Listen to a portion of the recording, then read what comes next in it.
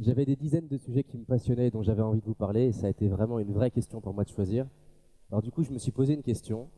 C'était la dernière occasion que j'avais de m'exprimer auprès de personnes que j'aime. C'était le dernier jour de ma vie, de quoi j'aimerais parler.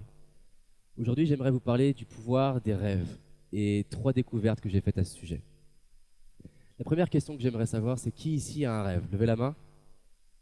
Ok, j'ai toujours peur qu'il n'y ait personne qui ait de rêve. Ok, super. Alors un bon moyen de vous en parler, je voudrais vous parler de cet arbre. Finalement, cet arbre, il est petit, il est fragile comme on vient de le voir, et il pourrait se passer plein de choses. Il pourrait mourir d'une sécheresse, il pourrait manquer d'eau, on pourrait l'écraser, il pourrait tomber malade. Finalement, si je m'en occupe, je pourrais même échouer. Et du coup, ça soulève une question. Pourquoi s'en occuper alors que finalement nous ne sommes pas certains qu'il va devenir un grand arbre? Pour répondre à cette question, j'aimerais vous raconter une histoire. L'histoire de quelqu'un que j'ai bien connu. Imaginez une personne mal dans sa peau, timide, qui n'était pas à l'aise avec les autres, pas à l'aise avec la vie, pas à l'aise avec lui-même. Il passe de longues heures à jouer à des jeux vidéo pour fuir la vie, fuir ses rêves, fuir ses projets. On connaît tous ce genre de moment où il y a une petite voix à l'intérieur de nous qui nous murmure de faire quelque chose pour nos rêves. Et on a tous développé notre propre stratégie pour pas entendre cette voix. Parmi les plus répandus que j'ai trouvé le chocolat et la tartiflette.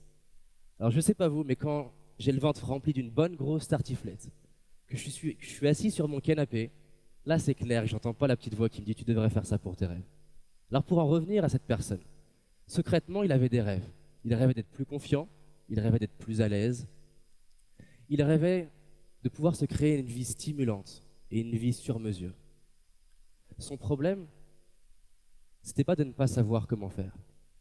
Son problème, c'est qu'il se disait à quoi bon faire quoi que ce soit alors que je ne suis pas sûr que ça va marcher.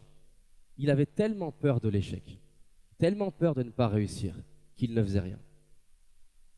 Et puis un jour, il tombe sur une vidéo de Martin Luther King, le fameux discours que vous devez connaître, I have a dream.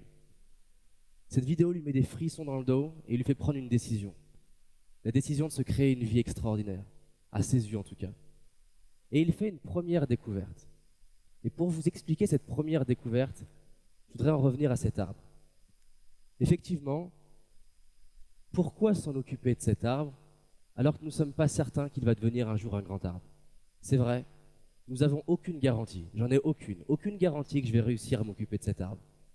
En revanche, je peux vous garantir un truc, c'est que si j'écrabouille cet arbre, moi-même, là je peux vous garantir qu'il ne sera jamais un grand arbre. Alors je vous rassure, c'est un superficiel, il est en plastique celui-là. Et c'était ma première découverte. Si on écrase nous-mêmes nos rêves, il n'y a plus aucune chance. Oui, nous ne sommes pas certains, ni d'y arriver, ni d'échouer. Alors pourquoi pas tenter? Le jeune dont je vous parlais, la personne dont je vous parlais, c'était moi. Je passais mon temps à m'écraser, je passais mon temps à m'insulter, je passais mon temps à écraser mes rêves, sous prétexte que c'était pas possible, sous prétexte que les autres me disaient que c'était pas possible, sous prétexte que les statistiques me disaient que c'était pas possible.